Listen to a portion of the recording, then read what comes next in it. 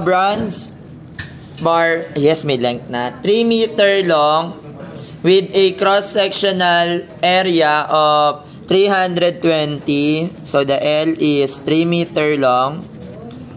The area is equal to 320 square millimeters.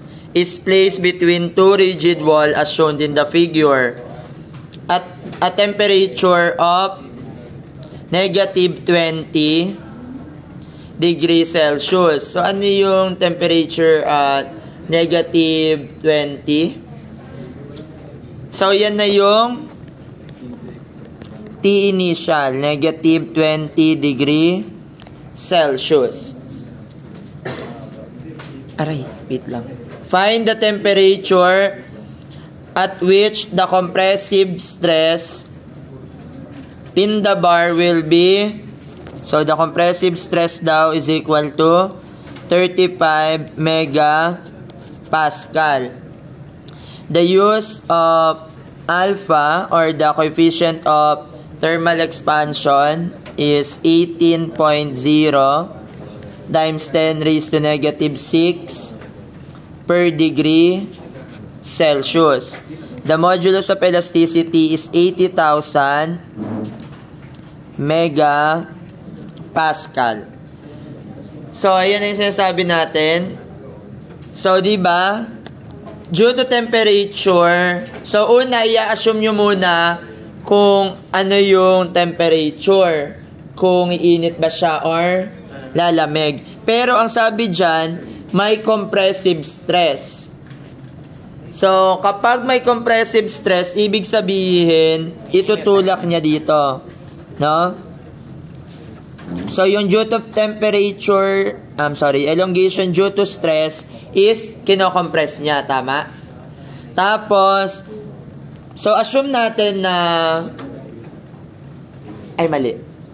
Sige, hindi na pala ito i-assume. Kasi, imagine niyo kapag lumamig, di ba kapag lumamig, iigsi ito ng iigsi. Eh, may gap ka na nga eh. Di ba? Sa tingin nyo, makakatulong pa ba yung stress? Magiging compressive pa ba siya? Hindi na nga siya didikit. So, para dumikit siya, dito sa gap na to, para mag-ano siya, mag-elongate siya due to temperature. So, ibig sabihin, simula dito, mag-elongate siya at a certain length. So, ito yung elongation due to temperature. Nasundan? Stress. Due to pore speed, tsaka due to temperature din. Walang gap. Ayan. So, ito, ano to? This is yung gap. Ayan. Okay, so ano yung compatibility equation nyo dito? So, the thermal strain elongation is equal to the gap plus the elongation due to stress. Pero kung may pore speed pa, dadagdag nyo pa dito yun, no? Sa horizontal. Then, ano yung formula natin due to temperature? Alat is equal to gap. Magkano yung gap? 2.5 mm. So, dapat puro millimeter yan, no? So, elongation due to stress. So, yung stress times the length over E. So, substituting.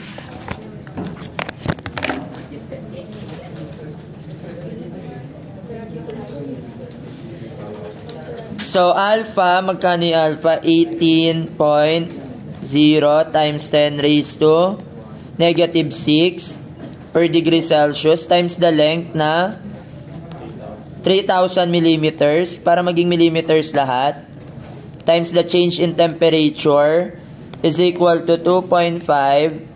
The stress is 35 megapascal.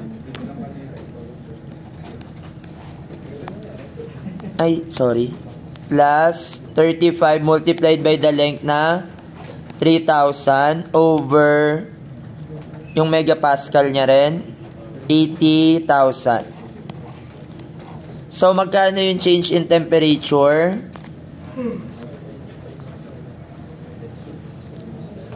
Zero extent.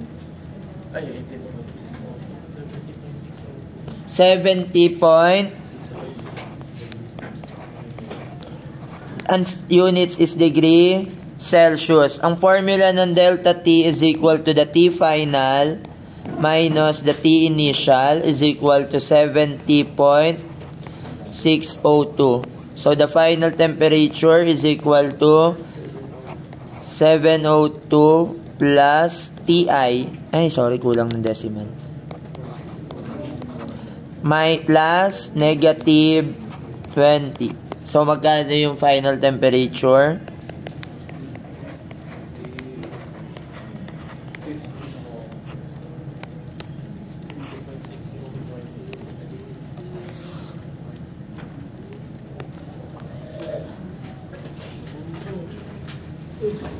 Hindi ko makita yung magandang problem. Yung alam niyo yung mga problem ng mga tatlong ano. Wait, may check lang ako. Ay, mabuhay.